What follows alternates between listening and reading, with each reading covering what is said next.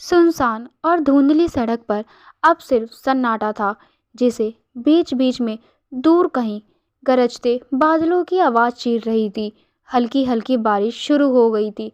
तबाह हो चुकी मैबिक के टूटे हुए शीशों से बारिश की ठंडी बूंदें अंदर आ रही थी और सीधे अगस्त्य के खून से सने चेहरे पर गिर रही थी। गाड़ी के अंदर अभी भी उस बेहोश करने वाले धुएं का असर था। अगस्त्य की पलकें भारी थी, सिर से लगातार खून बहकर उसकी आंखों और होठों पर आ रहा था। लेकिन तभी उसके कानों में वो आखिरी आवाज़ गूंजी, अगस्त्य। नंदिनी की वो आखिरी खौफनाक चीख। अगस्त्य की आंखें झटके से खुली, आंखों में खून उतर आया था। सिर में ऐसा दर्द था जैसे कोई हथौड़े मार रहा हो। लेकिन अगस्त्य रायजादा का दिमाग दर्द से ज़्यादा उस जुनून से चलता था जो अब उसके अंदर एक भयानक ज्वालामुखी बन चुका था। उसने कांपते हुए अपने हाथों को डैशबोर्ड पर रखा और पूरी ताकत लगाकर खुद को सीधा किया। उसका शरीर सुन्न पड़ चुका था, लेकिन अंदर का शैतान पूरी तरह से जाग चुका था। उसने गाड़ी का टूटा हुआ दरवाज़ा लात मारकर खोला और लड़खड़ाते हुए बाहर सड़क पर आ गिरा। बारिश तेज होने लगी थी। सड़क पर उसकी गाड़ी के टायरों के निशान और कुछ खून की बूंदें थी, लेकिन नंदिनी वहां नहीं थी। अगस्त्य जमीन पर घुटनों के बल बैठा था। उसने अपने दोनों खून से सने हाथ अपने चेहरे पर फेरे। वो दहाड़ना चाहता था। वो इस पूरी दुनिया को इसी वक्त आग लगाना चाहता था, लेकिन उसने अपनी आंखें बंद की और अपने खोलते हुए खून से बर्फ की तरह ठंडा किया। एक बेवकूफ़ गुंडा गुस्से में अंधा होकर गलतियां करता है, लेकिन अगस्त्य एक शातिर माफिया था। उसका गुस्सा अब एक साइकोपैथ जैसी खामोशी में बदल रहा था। तभी दूर से गाड़ियों की तेज हेडलाइट सड़क पर चमकने लगी। विक्रम और उसकी सिक्योरिटी टीम की दर्जनों एसयूवी वहां चीखते हुए टायरों के साथ रुकी। उन्हें अपनी ट्रैकिंग स्क्रीन पर अगस्त्य की गाड़ी का सिग्नल गायब मिला था। विक्रम ने गाड़ी से बाहर छलांग लगाई और अगस्त्य की हालत देखकर उसके पैरों तले जमीन खिसक गई। बॉस! विक्रम भागते हुए अगस्त्य के पास आया। बाकी गार्ड्स ने चारों तरफ पोजीशन ले ली। बॉस, आपका सिर, खून, जल्दी डॉक्टर को बुलाओ। विक्रम पागलों की तरह अपने आदमियों पर चिल्लाया। चुप रहो! अगस्त्य की आवाज़ इतनी सर्द, इतनी नीची और इतनी भयानक थी कि विक्रम की रीढ़ की हड्डी में सिहरन दौड़ गई। उस आवाज़ में कोई दर्द नहीं था, सिर्फ मौत का सन्नाटा था। अगस्त्य ने विक्रम के कंधे का सहारा लिया और सीधा खड़ा हो गया। बारिश उसके चेहरे से खून धो रही थी, लेकिन उसकी आंखों की वो हैवानियत और भी साफ दिखाई दे रही थी। मुझे डॉक्टर नहीं की ज़रूरत नहीं है, अगस्त्य ने विक्रम की आंखों में सीधा देखते हुए कहा। जिसने भी ये किया है, उसे ईवा नाम की तबाही के बारे में पता था। उसे हमारे रास्ते के बारे में पता था। उसने मेरी गाड़ी की मिलिट्री ग्रेड्स रिगार्ड को जैम किया। कोई सड़क का गुंडा या दूसरा माफिया ये नहीं कर सकता। ये वो इंसान है जो मेरी हर चाल, मेरी हर सोच को जानता है। विक्रम घबराया हुआ था। बॉस, मैडम कहाँ है? अगस्त्य की आंखों में एक पल के लिए ऐसा खौफनाक दर्द और पजेशन उभरा जिसे देखकर विक्रम भी पीछे हट गया। उसे ले गए। अगस्त्य ने अपने हाथ की मुट्ठी इतनी जोर से भींची कि उसके खुद के नाखूनों से उसके हाथों में खून गिरने लगा। उन्होंने मेरी रूह पर हाथ डाला है। विक्रम, शहर के चारों तरफ से रास्ते सील कर दो। Airport, railway station, private chopper pad, सब बंद। कोई पुलिस नहीं, कोई कानून नहीं। आज रात इस शहर का हर कोना छाना जाएगा। और हवेली के अंदर करण को छोड़कर बाकी सभी को लॉकअप में डाल दो। मुझे गद्दार की लाश नहीं, गद्दार जिंदा चाहिए। विक्रम सिर झुकाकर तुरंत अपने फ़ोन पर ऑर्डर्स देने लगा। अगस्त्य ने अपनी टूटी हुई मैविक की तरफ देखा। उसकी नज़र उस खाली सीट पर पड़ी जहां कुछ देर पहले नंदिनी बैठी थी। उसका वो चुलबुलापन, उसका वो डर कर अगस्त्य के सीने में छुपना। अगस्त्य ने आंखें बंद कर ली।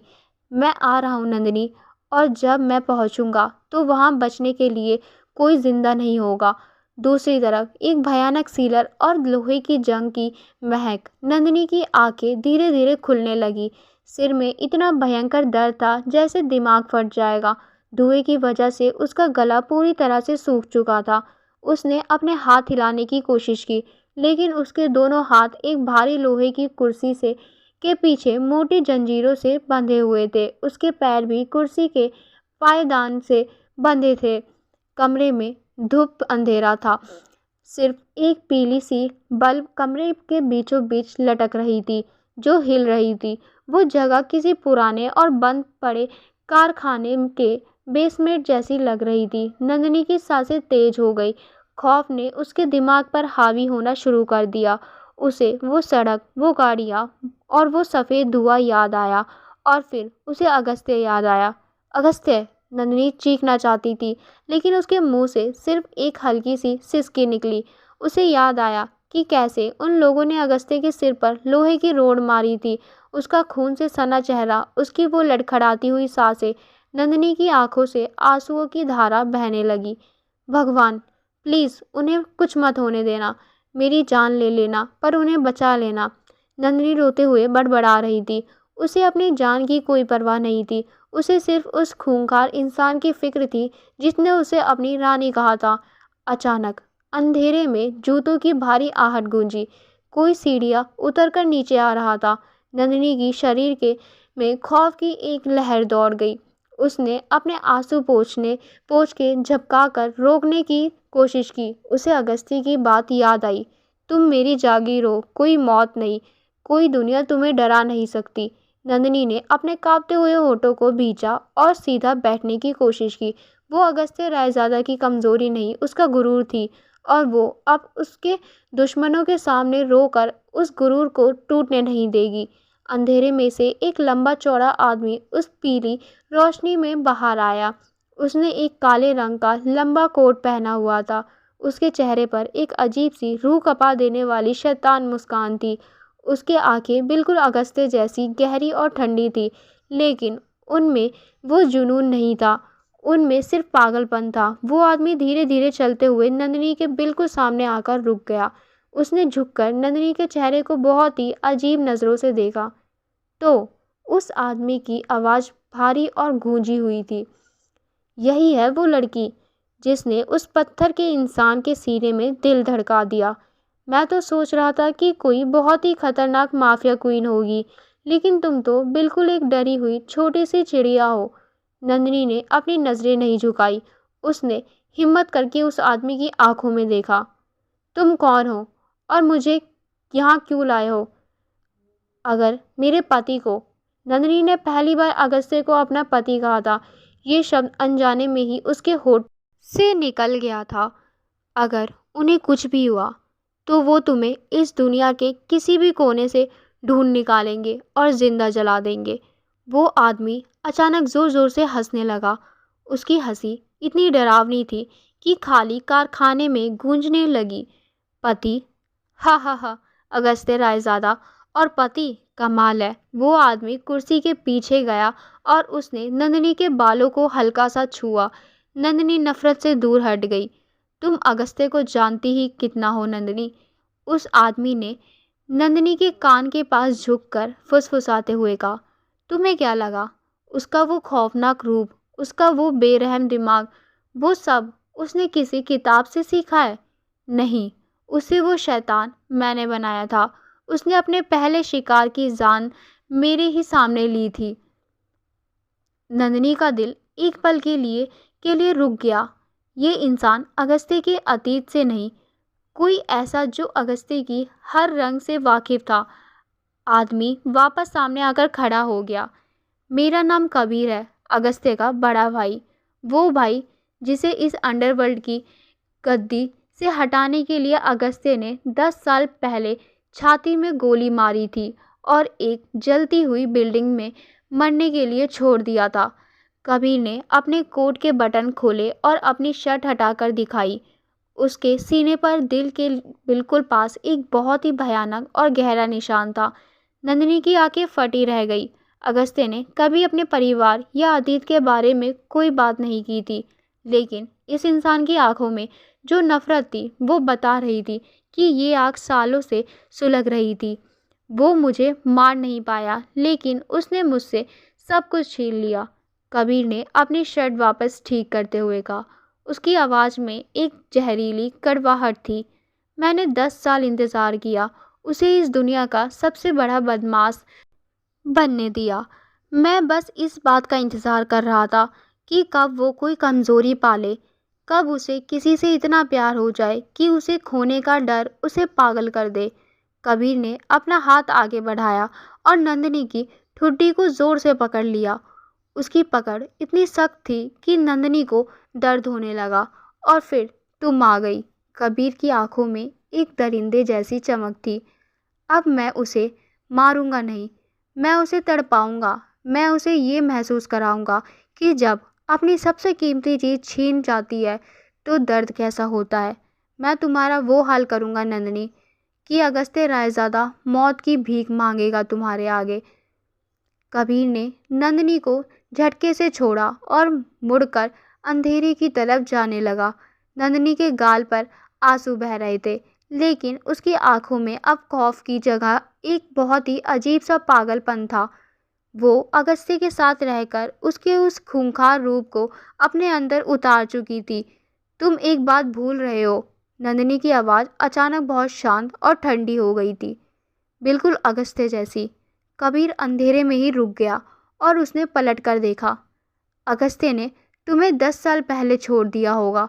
नंदिनी ने अपनी जंजीरों को हल्का सा खनखनाते हुए एक दर्द भरी लेकिन जहरीली मुस्कान के साथ कहा, लेकिन तुमने आज जो किया है उसके बाद वो तुम्हें मारने के लिए नर्क के दरवाजे तक तोड़ देगा। तुम मेरी मौत का इंतज़ार कर रहे हो ना, कर लो, लेकिन जब वो यहाँ आएगा तो तुम्हारी उन चीखों को सुनने के लिए मैं ज़िंदा रहना चाहती हूँ। कबीर के चेहरे की नसें तन गई। इस लड़की की जवान में अगस्त्य जैसा ही घमंड बोल रहा था। उसने बिना कुछ कहे दरवाज़ा बाहर से ज़ोर से बंद कर दिया। अंधेरे में अब सिर्फ नंदिनी थी। दर्द, खौफ और मौत में सिर्फ एक ही नाम गूंज रहा था, अगस्त्य। और उसे पूरा यकीन था कि वो शैतान उसे लेने आ रहा है और इस बार वो अपने साथ तबाही का वो मंजर लेकर आएगा जो इस शहर ने कभी नहीं देखा होगा। वहीं अगस्त्य हवेली के बेसमेंट में बने हाई ट्रैक कंट्रोलर रूम में खड़ा था। उसके सिर से बहता खून अब जमने लगा था, लेकिन उसने किसी को पट्टी बांधने या इलाज करने की इजाज़त नहीं दी थी। वह सिर्फ एक बड़ी सी डिजिटल मैप स्क्रीन को घूर रहा था। उसकी आंखों में स्क्रीन पर दौड़ रहे डेटा को इस तरह पढ़ रही थी जैसे वो किसी की मौत का फरमान लिख रहा हो। बॉस, मुझे समझ नहीं आ रहा। विक्रम ने स्क्रीन पर चमकते हुए हजारों लाल बिंदुओं को देखते हुए घबराहट में कहा। गद्दार सिक्योरिटी हेड तो मारा जा चुका है। फिर कबीर को आपकी मैबिक का इनक्रिप्टेड रूम कैसे पता चला, और वो आपकी गाड़ी के रडार को क्या जैम करने वाले मिलिट्री हथियार कहाँ से लाया? सिक्योरिटी हेड सिर्फ एक मोहरा था। अगस्त्य की आवाज़ में एक बर्फ जैसी ठंडक थी।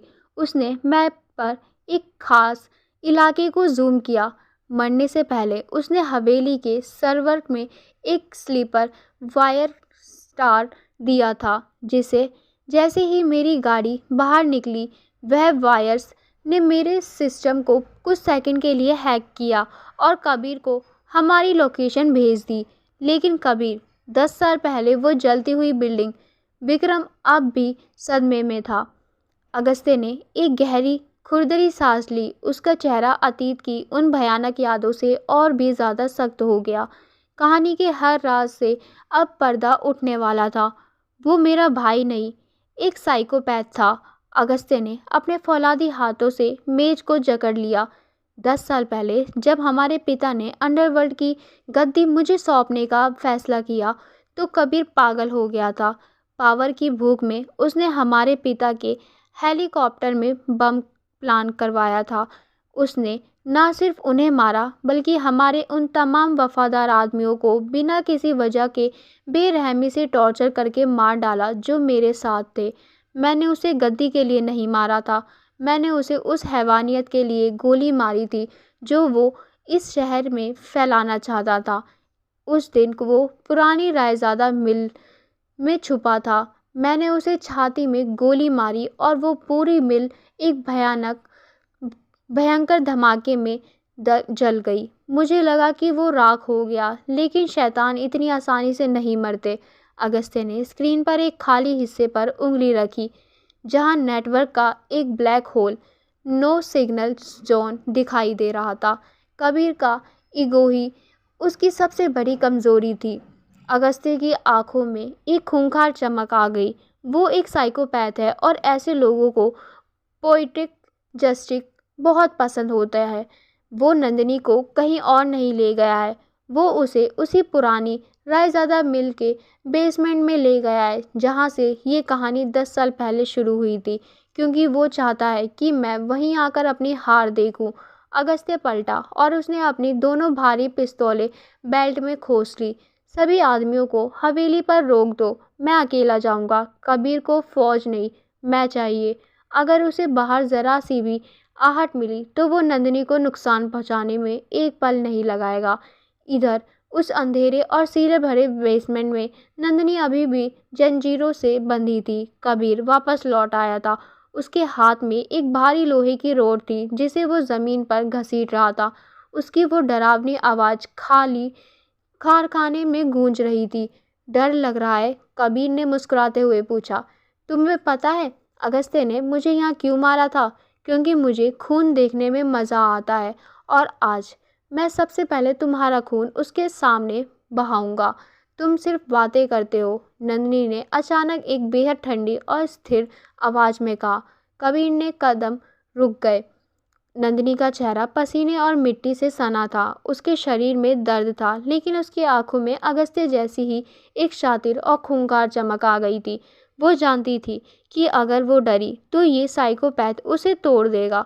उसे अगस्त्य के आने तक इसे बातों में उलझा कर रखना था, इसके घमंड पर वार करना था। तुम अगस्त्य से नफरत नहीं करते, नंदिनी ने एक जहरीली मुस्कान के साथ कबीर की आंखों में देखते हुए कहा। तुम उससे जलते हो। 10 साल पहले भी वो तुमसे बेहतर था, और आज भी। तुमने उसे पीछे से टक्कर मारी, धुएं का सहारा लिया, क्योंकि तुम जानते हो कि अगर अगस्त्य तुम्हारे सामने खड़ा होता तो तुम उसकी एक नज़र से ही कांप जाते। कबीर का चेहरा गुस्से से लाल हो गया। उसका ईगो पूरी तरह हर्ट हुआ था। बकवास बंद करो।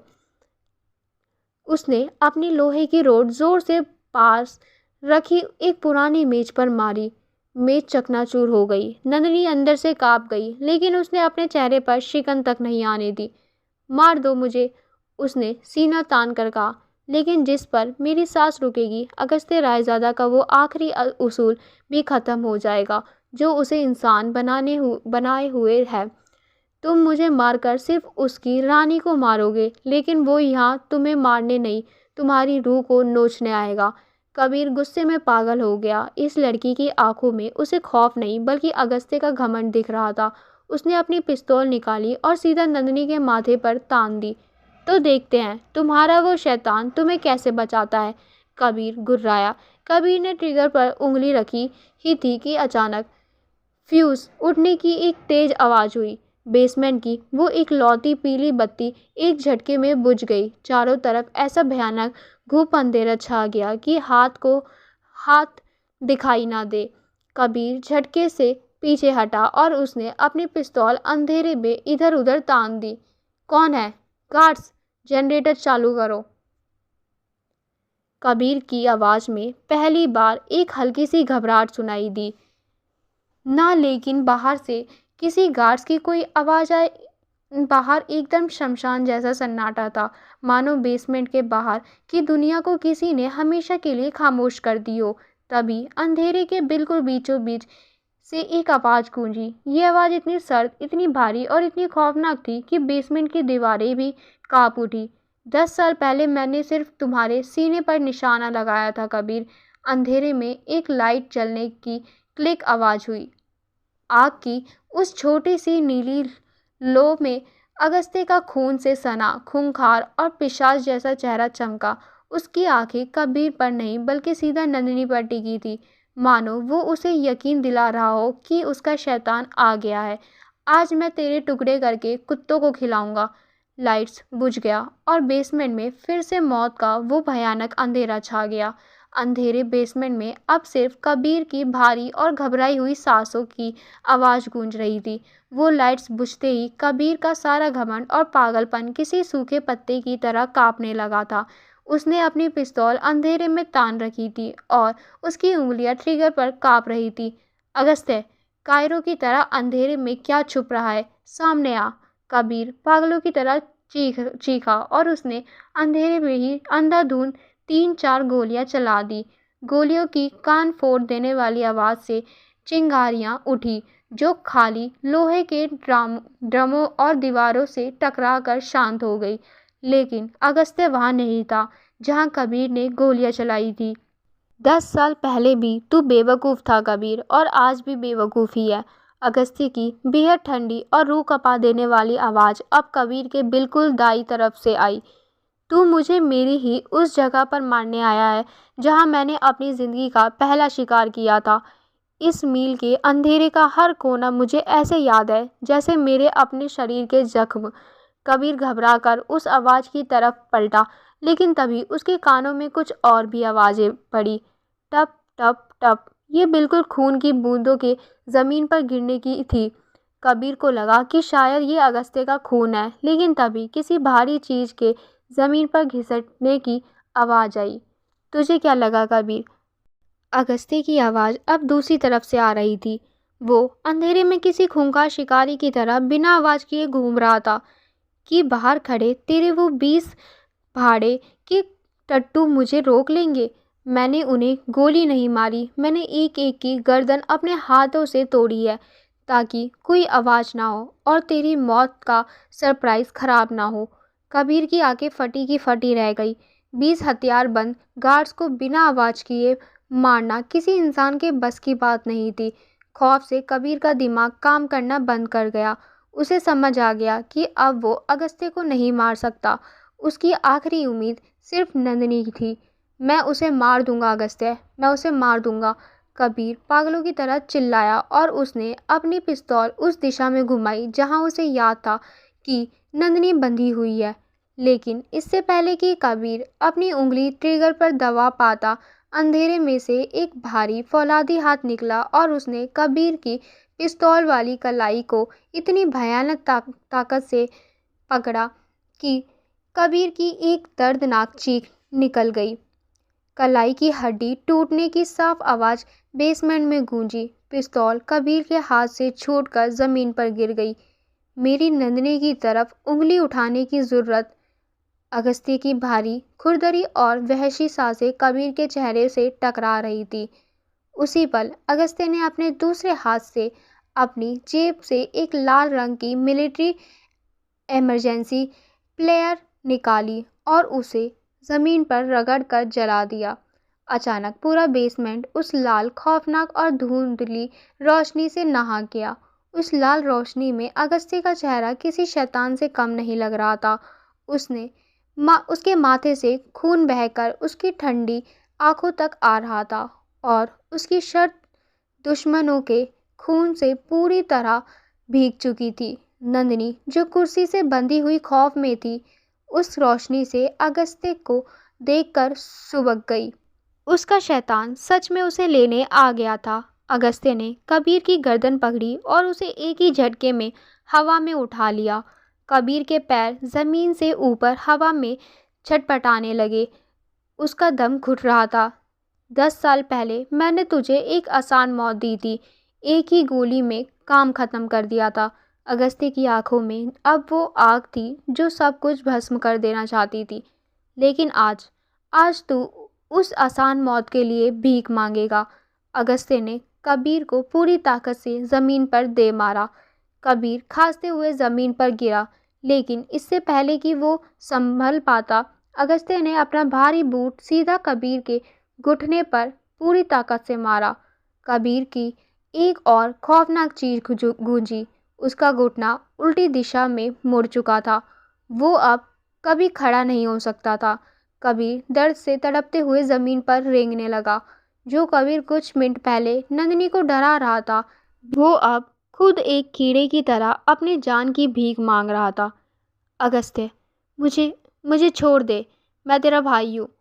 कबीर खून की उल्टियाँ करते हुए गिड़गिड़ाने लगा। मेरा कोई भाई नहीं है। अगस्त्य ने अपनी बेल्ट से एक भारी ठंडी पिस्तौल निकाली, लेकिन उसने कबीर के सिर या दिल पर निशाना नहीं लगाया। उसने पिस्तौल कबीर के दूसरे पैर पर तानी और बिना पलक झपकाए ट्रिगर दबा दिया। कबीर दर्द से चीखते हुए आधा बेहोश हो गया। ये गोली उस खौफ के लिए जो मेरी नंदिनी ने महसूस किया।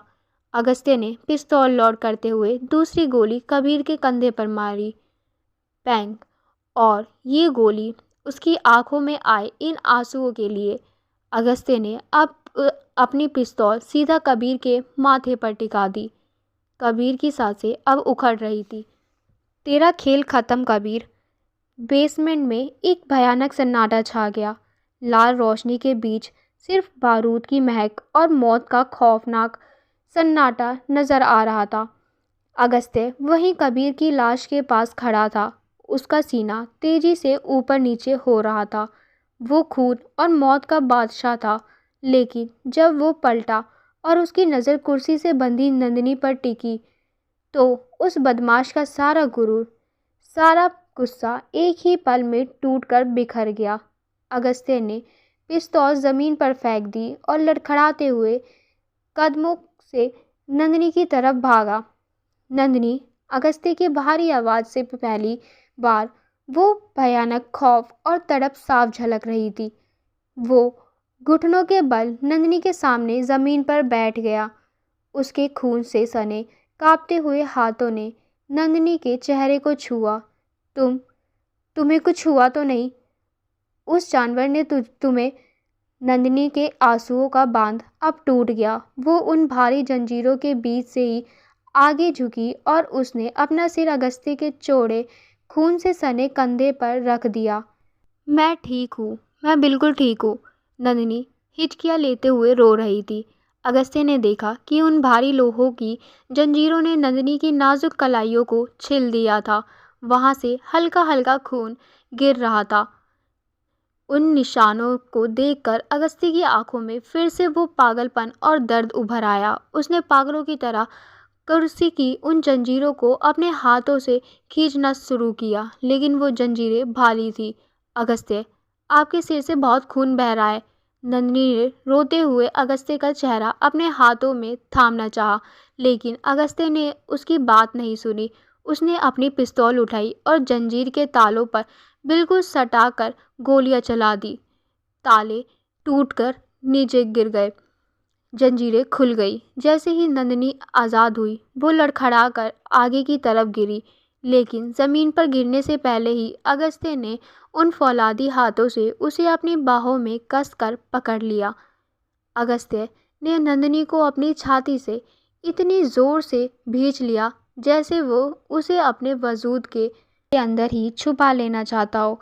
वो नंदिनी के बालों में अपना चेहरा छुपाकर लंबी लंबी कांपती हुई सांसें ले रहा था। उसका खून से सना शरीर नंदिनी के बदन से पूरी तरह चिपका हुआ था, लेकिन नंदिनी को उस खून या बारूद की बदबू से कोई खौफ नहीं था। ये उस इंसान का खून था जिसने अपनी जान की परवाह किए बिना उसे मौत के मुंह से बाहर निकाला था।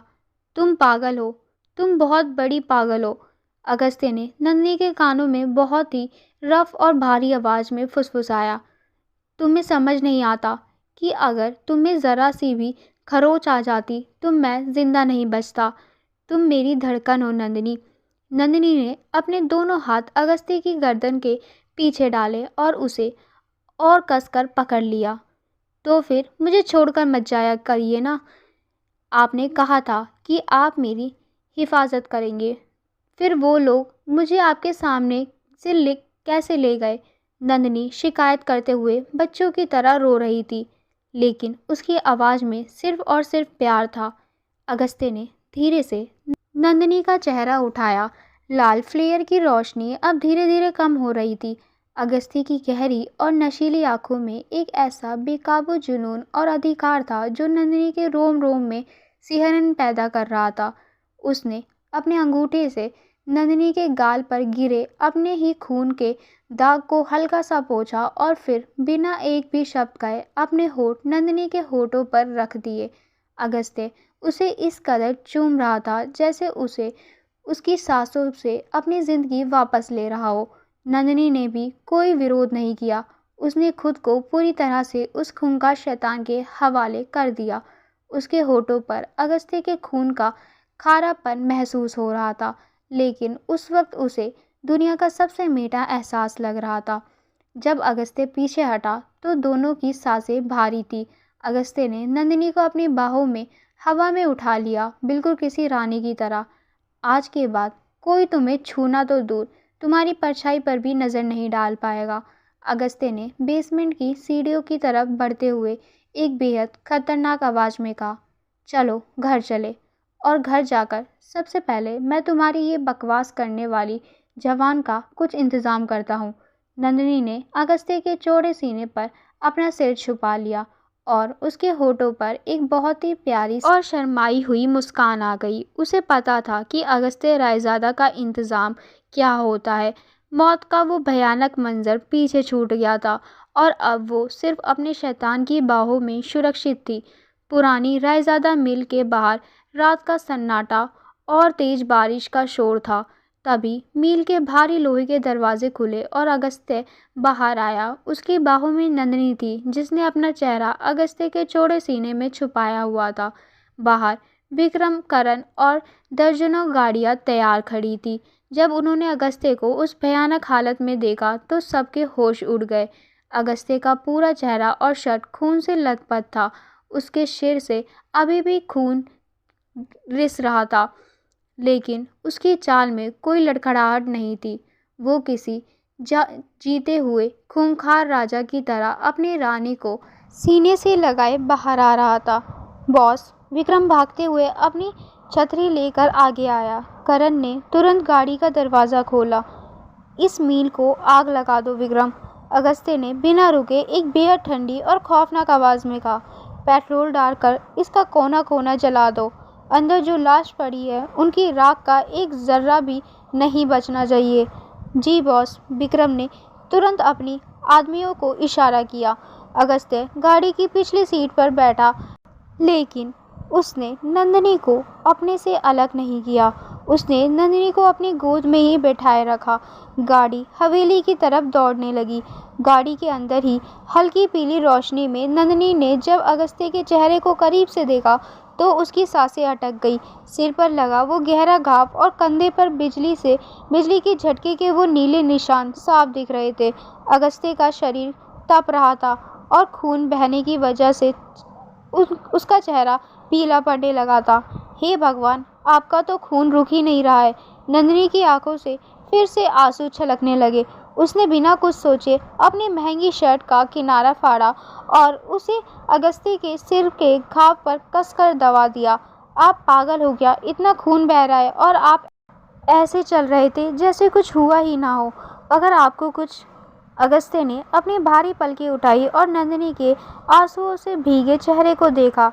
उसने अपना बड़ा सा खून से सना हुआ हाथ और नंदिनी के कांपते हुए होठों पर रख दिया। अगर तुम्हारा ये रेडियो 2 मिनट के लिए बंद हो जाए तो शायद मेरे सिर का दर्द थोड़ा कम हो जाए, अगस्त्य ने एक नशीली और ठगी हुई आवाज़ में मजाक करते हुए कहा। उसकी आंखों में एक अजीब सा सुकून था। आपको मजाक सूझ रहा है? नंदिनी ने गुस्से से अपना हाथ अगस्त्य के सीने पर मारा। मेरी जान निकल रही है और आप एकदम खड़ूस और बदतमीज़ इंसान हैं। मुझे बात ही नहीं करनी है आपसे। नंदिनी ने मुंह मोड़कर दूसरी तरफ देखने की कोशिश की, लेकिन अगस्त्य ने अपनी मजबूत बाहों से उसकी कमर को जकड़ा और उसे वापस अपनी तरफ खींच लिया। मुझसे बात नहीं करोगी तो किससे करोगी? मैंने तो तुम्हारे लिए पूरी दुनिया जला दी है। अब तुम्हारे पास मेरे इस खड़ूस चेहरे को बर्दाश्त करने के अलावा कोई ऑप्शन नहीं है। अगस्त्य की इस बात पर नंदिनी पिघलने के बजाय आग बबूला हो गई। ऑप्शन? भाड़ में गया आपका ऑप्शन। नंदिनी ने अचानक अपने दोनों हाथों से अगस्त्य की चौड़ी छाती पर मुक्का मारना शुरू कर दिया। उसकी आंखों से आंसुओं का सैलाब बह रहा था। और आवाज़ पूरी तरह से काँप रही थी। आपको क्या लगता है आप बहुत बड़े हीरो हैं? हाँ, गोलियों और बम से के बीच में बिना सोचे समझे घुस गए। अगर आपको कुछ हो जाता तो, अगर ये खून नहीं रुकता तो। अगस्त्य ने उसके हाथ पकड़ने की कोशिश की। नंदिनी शांत, नहीं होंगी शांत, वो और ज़ोर से चीखी। उसके गले की नसें तन गई। मैं अनाथ नहीं होना चाहती अगस्त्य। आपने मुझे अपनी आदत डाल दी है, मुझे इस दुनिया से लड़ना सिखा दिया, मुझे अपना बना लिया और खुद अपनी जान ऐसे हथेली पर लेकर घूम रहे हैं। अगर आपकी सांस रुक गई ना तो मैं कसम खाती हूँ मैं भी अपनी जान दे दूँगी। फिर बैठे रहना अपनी इस माफिया की गद्दी पर, अकेले करते रहना राज इस खाली दुनिया पर। अगस्त्य सन्न रह गया। गाड़ी के अंदर एकदम सन्नाटा छा गया। आज तक उस पर कोई ऐसे नहीं चिल्लाया था, और वो भी उसकी खुद की परवाह के लिए। नंदिनी का ये रूप, ये सिर्फ गुस्सा नहीं था, ये वो बेपनाह तड़प थी जो इंसान को अंदर से चीर कर राख कर देती है। अगस्त्य ने इस बार कोई गुरूर नहीं दिखाया, उसने कोई माफिया वाला डायलॉग नहीं मारा। उसका सारा पत्थर का वजूद नंदिनी के इस आंसुओं के आगे टूटकर बिखर गया। उसने नंदिनी को अपनी तरफ खींचा और उसे अपने खून से सने सीने से ऐसे भींच लिया जैसे वो अब उसे अपने अंदर ही समा लेना चाहता हो। छोड़िए मुझे। नंदिनी अभी भी रोते हुए उसके सीने पर हल्के हल्के मुक्के मार रही थी, लेकिन उसकी ताकत अब जवाब दे रही थी। वो हिचकियाँ लेते हुए पूरी तरह से टूट चुकी थी। मार लो। अगस्त्य ने अपनी आंखें बंद करते हुए नंदिनी के बालों से अपना चेहरा छुपा लिया। उसकी भारी आवाज़ में आज एक अजीब सा सुकून, दर्द और हार थी। जितना मारना है मार लो, लेकिन मुझे छोड़ने की बात कभी मत करना। मुझे मेरी जान की परवाह कभी नहीं थी नंदिनी, पर आज तुम्हारे इन आंसुओं ने मुझे मौत से डरना सिखा दिया है। अगस्त्य ने उसके आंसुओं से भीगे चेहरे को अपने दोनों हाथों में थाम लिया। उसकी सुलगती हुई आंखों में एक ऐसा इकरार था जो उसने कभी किसी से नहीं किया था। वादा करता हूँ, अब से इस जान पर मेरा नहीं तुम्हारा हक है। मैं कभी नहीं जा रहा तुम्हें छोड़कर। नंदिनी ने उसकी आंखों में देखा। गुस्सा और डर की जगह अब उसी बेपनाह प्यार ने ले ली थी। उसने कुछ नहीं कहा, बस अपना सिर अगस्त्य के गले से छुपा लिया और अपने कांपते हाथों से उसके सिर के घाव को कसकर दबाए रखा।